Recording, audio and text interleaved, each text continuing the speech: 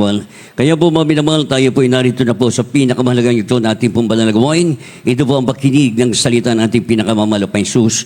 Kaya inanyan ko po kayong tumayo bilang pagbibigay galang sa salita ng ating pinakamamahal na Jesus na ito po'y dadalhin ng ating mga aral, ng ating beloved of the preacher, beloved Brother Ralph Blanco. Palakpakan po natin ating pinakamamahal na Jesus. God bless you. Praise the Lord. My beloved co-preacher, beloved Brother Paul, praise the Lord. At tayo po may namahal ay magkaisang dumalangin. Dakila po naming Diyos na makapangyarihan sa lahat. Pinakamamahal na Panginoon Jesus. Sa unang dalangin namin kagalang-galang na Malpastor Evangelist Waldes Estrada Almeda, your end-time prophet, Abi pong lubos na pinasalamatan na bawat ito nagbalagawain na yung pagkilos sa aming kalagitnaan, mahal na Panginoon. Napakatamis sa presensya at sa aming pagkikinig ng mga salita, mahal na Panginoon. Ikaw ang siyang mangusap, mahal na Panginoon, sa unang dalangin namin kagalang-galang, mahal Pastor, yan time prophet, beloved noble evangelist, Waldes Estrada Almeda. We bind the power of darkness, demons of unbelief and doubts, cast out, hindrances, cast out in Jesus' name. Amen and amen. Praise the Lord. Hallelujah. Hallelujah. Amen. Praise the Lord. Purihin ang ating mahal na Panginoon at muli ang ating hayag ng ating pagpapasalamat, pagluwalhati, pagsamba sa ating dakilang Diyos na buhay, nag-iisang Diyos na buhay, ang ating pinakamamahal na Panginoon Jesus, Creator of the universe, our dearest Jesus. Hallelujah. Praise the Lord. We give double honor to our beloved noble Pastor Evangelist Waldes Estrada Almeda, the end-time prophet of the living God. A very pleasant afternoon po, and we love you so much po. Aming kagalang-galang mga pastor, and also beloved and honorable son Pastor Lina C. Almeda, our beloved Mama D will always treasure a blessed life, blessed teachings. Amen. Praise the Lord. Hallelujah. Hallelujah. Glory to God. To all the beloved children, our beloved noble parents in the Lord, a very pleasant afternoon po, and we love you so much po sa lahat ng ating minamahal mga kapatiran dito po at sa ibayong dagat. Amen. Praise the Lord. Sa buong Pilipinas at sa buong mundo, sa pinagpalang iglesia ng ating mahal na Panginoon, the Jesus Miracle Crusade International Ministry.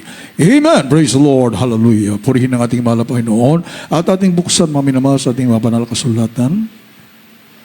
Dito po may namahal sa 2 Corinthians chapter 10 verse 4. Ikalawang Korinto 10:4. Kindly po.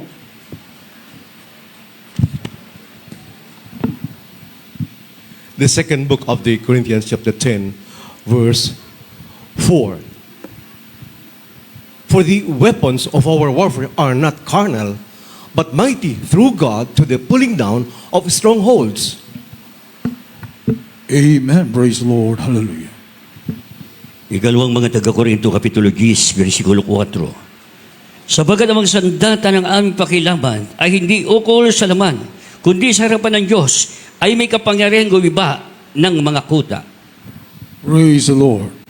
Ito po, maminamahal, ang sanhi. Ito po ang dahilan bakit bumaba ang ating mahal na Panginoon Jesus. Sa lupa, maminamahal, at isakripisyo ang kanyang nag-iisang buhay sa krus ng Kalbaryo. Mamatay at mabuhay muli. Minamahal, para wasakin, ibagsak ang kuta ng kaaway, sapagkat ang kaaway ang siyang umalipin sa tao sa kasalanan, nagbigay ng karamdaman, mga problema, lahat na ng mga sigalot sa mundong ito, maminamahal, lahat na masamang pangyayari, gawa po yan ng dyablo, mga minamahal. Kaya nga po bumaba ang ating mahal na Panginoon, minamahal, para isakripisyo ang buhay at sa magitan ng kamatayan ng pagkabuhay muli ng ating mahal na Panginoon, ma-impart, sabi nga natin kagalang-galang ng mga pastor, yan ang purpose ng Ebanghelyo, ma-impart yung kapangyarihan, palapakan po natin ng ating mahal na Panginoon sa mga tao para hindi na po matalo ng kaaway ng ating mahal na Panginoon, na malaon na pong natalo. Mali-maling mga aral, mga reliyon, mga minamahal, nawasak ang buhay ng tao, mga minamahal. Kaya nga po, nandito na yung kapangyarihan, mga minamahal. Through the gospel, mga minamahal. Ito daw po, mga minamahal, ang gugupo, wawasak sa dyablo na nagbibigay ng hadlang. Bakit tayo hindi pinagpapala? Bakit ang tao hindi gumagaling? Bakit ang tao, mga minamahal, ay malungkot? Walang proteksyon. Mga minamahal, alipin ng lahat ng mga bisyo, lahat ng mga ginagawa ng kaaway, pinaglalaruan ng kaaway ang tao. Pinagtatawanan ng dyablo ang tao. Kinakailangan makahulagpos ang tao sa ganun maminamahal na sitwasyon. Kaya nga po narito yung kapangyarihan na binibigay ng ating mahal na Panginoon. Oh, for the weapons of our warfare are not carnal, but mighty. Amen. Praise the Lord. Ito po ay makapangyarihan ng mga sandata. Amen. Para iwasak, ibagsak ang kuta ng kaaway. Pag nabagsak na ang kuta ng kaaway, may magagawa pa ba siya? Amin na mahal. Dililigaya na ang tao. Amen. Amin na mahal. Magkaroon na ang tao ng kapayapaan, kagalakan. Amin na mahal. Libre na. Amen. Praise the Lord. Free. Oh, hindi na nakatinakala sa gawa ng kaaway. Amin na mahal. Praise the Lord. Nagtagumpay na, kumbaga. Amen? Ngayon, sino yung may hawak niyan? Yung weapons in the armory of God. Maminamahal na ito po epektibo para mangwasak ng kuta ng kaaway ng ating malamay para siya maparalyze na. Wala na siyang magagawa. Amen? Praise the Lord. Hallelujah. Kaya nga po nagkawindang-windang ang buhay ng tao, malungkot. Oh, amin na mahal.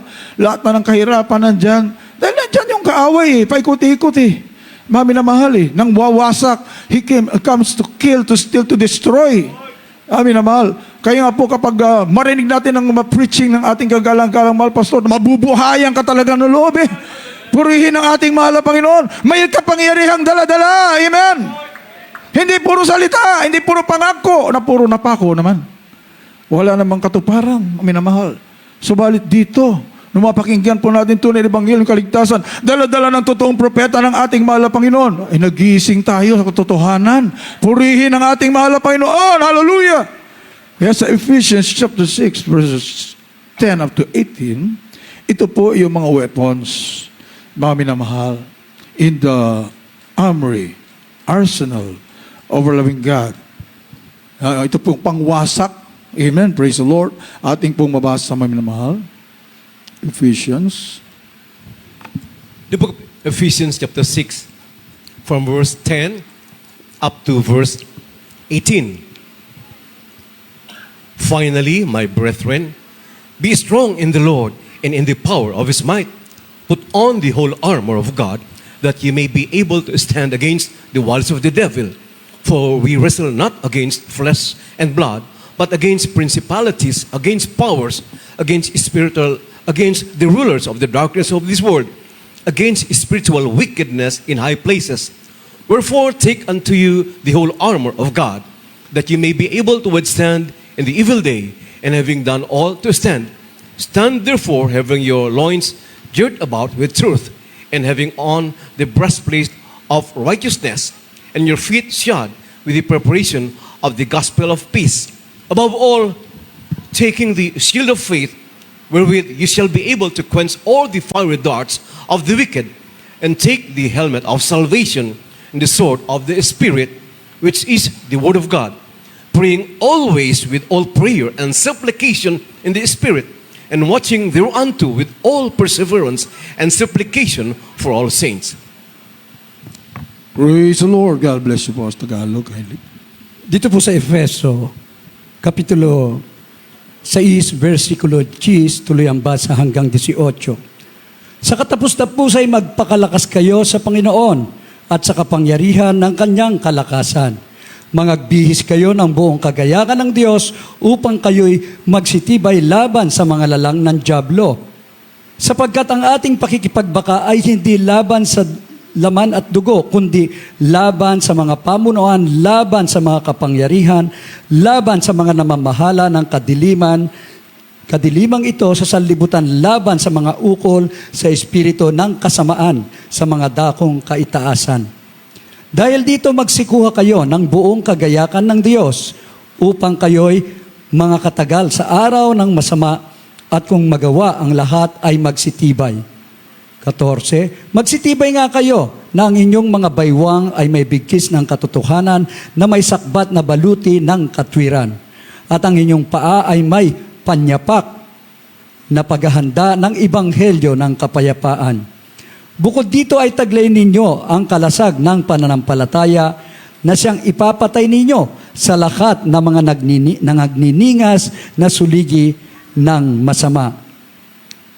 At magsikuha rin naman kayo ng turbante ng kaligtasan at ng tabak ng Espiritu na siyang salita ng Diyos.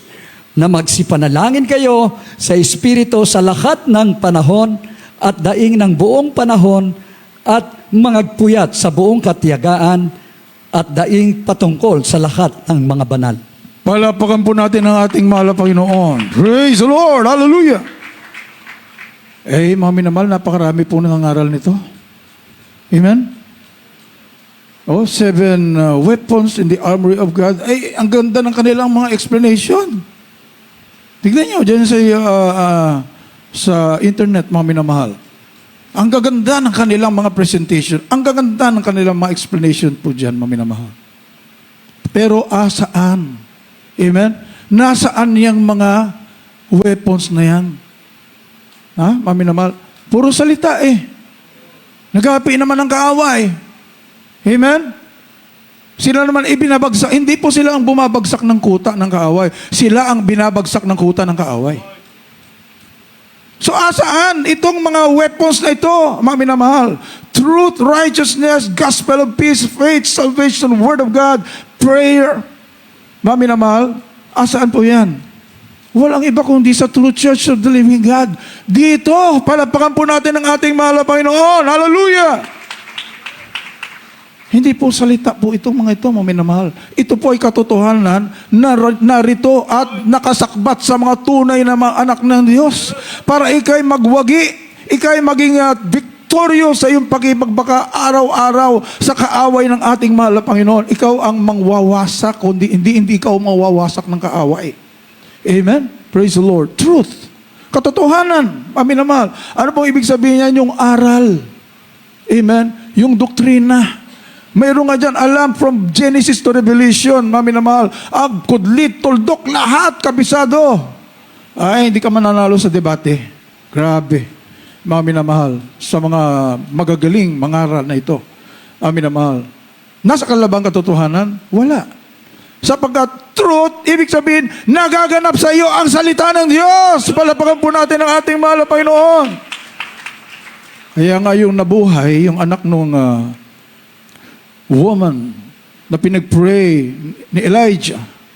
Ano po sabi niya? Now I know that you are a true man of God.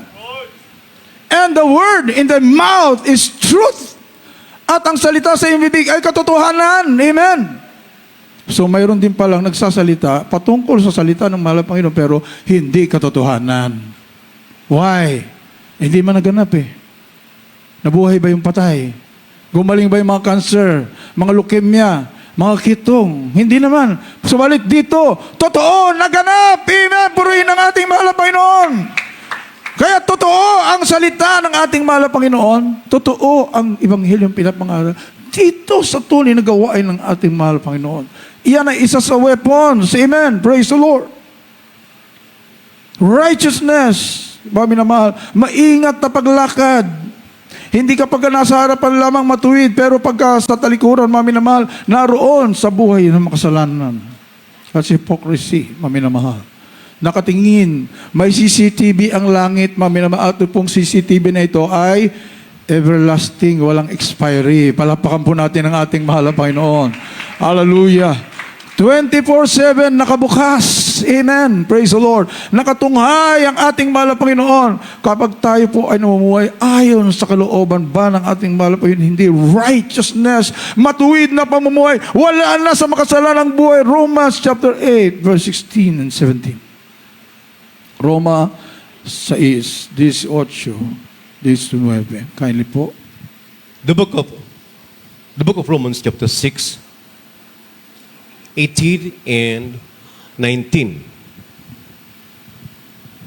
Being then made free from sin, you became the servants of righteousness. That's right.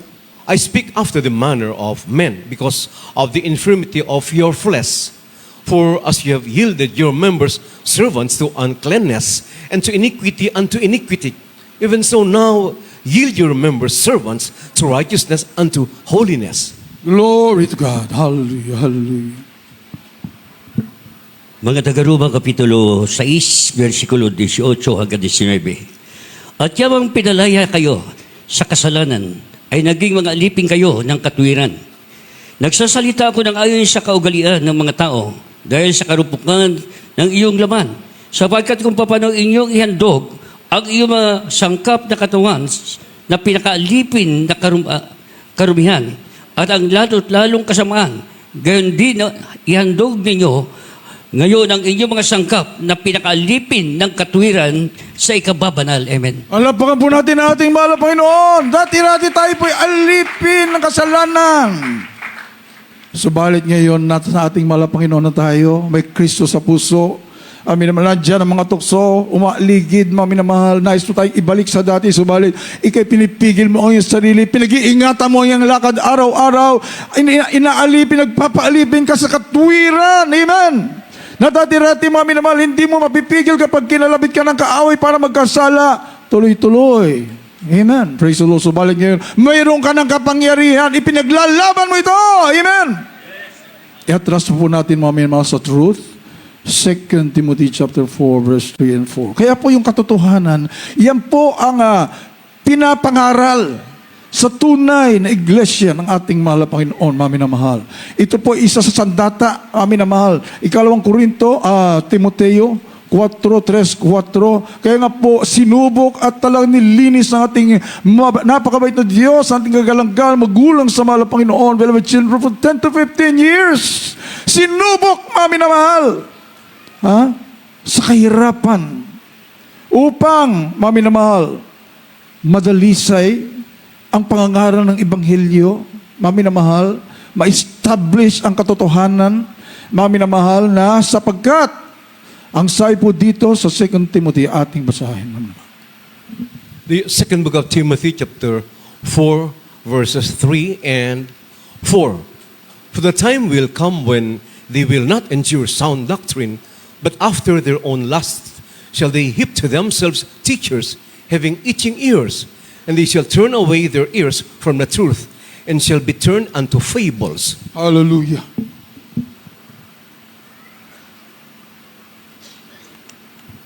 Dito po sa ikalawang Timoteo, Kapitulo 4, versikulo 3 at 4. Sapagkat darating ang panahon na hindi nila titiisin ang magaling na aral, kundi pagkakaroon nila ng katinang tainga, ay magsisipagbunton sila sa kanilang sarili ng gurong ayon sa kanilang sariling mga Right. masasamang pita. At ihiwalay sa katotohanan ang kanilang mga tainga at ibabaling sa katha. Yan ang naturalista ng tao, mami na mahal. Gusto na lang ng shortcut papunta ng langit.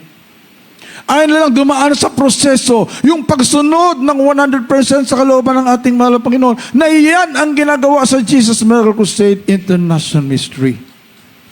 Walang initsapwerang mga salita at kautusan ng ating mahal na Panginoon.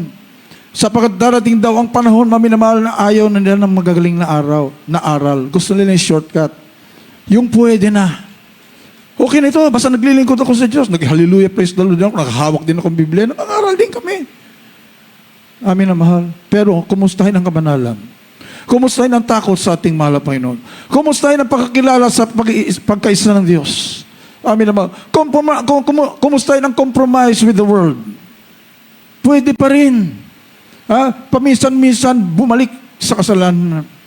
Amin na mahal. Paminsan-minsan sulyapan yung mga iniwanan ng masasamang buhay. Hindi po yun ang totoong paglilingkod sa ating mahal. Kung nais mo talaga makarating ng langit, at kung nais mo talagang magamit ng ating mahal para maging ilaw sa libutan ito, ay na mahal, in your public and private life, palakpakan po natin ang ating mahal na Panginoon. Sapat hindi natin mabula ang ating mahal na Panginoon. Kailanman hindi mag-manifest ang kapangyarihan ng Diyos kung sa talikuran pala ay hindi mo sinusunod ang kalooban ng ating mahal na Panginoon. Kailanman hindi mag-manifest. Kaya ang dami ngayon, mami na mahal, ang gagaling mangaral. Amen? At talaga naman pong katotohanan din daw po yung kanilang mga pinapangaral. Ba't hindi nag-manifest? Alam ng ating mahal na Panginoon ang kanilang mga buhay. Palapakan po natin ang ating mahal na Panginoon. Hallelujah! Third weapon, gospel of peace. Amen! Ebanghelyo. Your feet should be shod with the gospel of peace. But wait. Amen. Sandali lang. Ano ba yung ebanghelyo? Amen? Amin na mahal. Kung saan-saan ang ebanghelyo ba? Sabihin nila na ipangaral lang ebanghelyo sa buong daigdig. No? Amin na mahal. Ipangaral na nga ba ang ebanghelyo? Ano ang ebanghelyo ang tinutukoy ng ating mahal na Panginoon? Matthew chapter 24 verse 14. Ebanghelyo na may kapangyarihan, ebanghelyo na nag-iisa. There is only one gospel.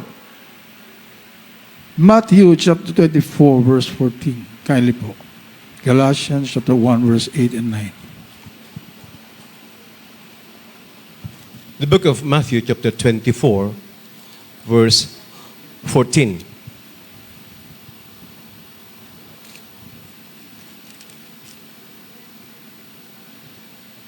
And this gospel of the kingdom shall be preached in all the world for a witness unto all nations, and then shall the end come. Galatians chapter 1, 8, 9. The book of Galatians chapter 1 verses 8 and 9. But though we or an angel from heaven preach any other gospel unto you than that which we have preached unto you, let him be accursed. As we said before, so say I now again, if any man preach any other gospel unto you than that you have received, let him be accursed. Oh, praise the Lord. Sa Tagalog, kindly po. God bless you po. Mateo Kapitulo 24, versikulo 14. At ipangangaral ang ebanghilyong ito ng kaharian sa buong sanlibutan sa pagpapatotoo sa lahat ng mga kabansa at kung magkagay darating ang wakas. Dito po naman sa Galatia Kapitulo 1, versikulo 8 at 9. Dito po sa 8, Narapot kahit kami ay isang anghel na mula sa langit ay mangaral sa inyo ng anumang ebanghilyo ng iba sa aming ipinangangaral sa inyo ay matakwil.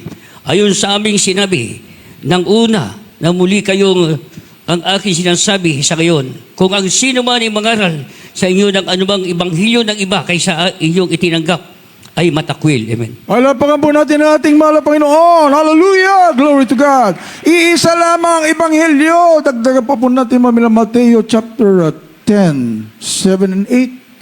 Mami na mahal, yung may kapangyarihan na ebanghelyo, hindi puro salita, Mami na mahal. Yung mayroong pruweba na kumikilos ang kapangyarihan ng ating dakilang Diyos. Mami na mahal. Matthew chapter 10, 7, 8. The book of Matthew chapter 10 verses 7 and 8.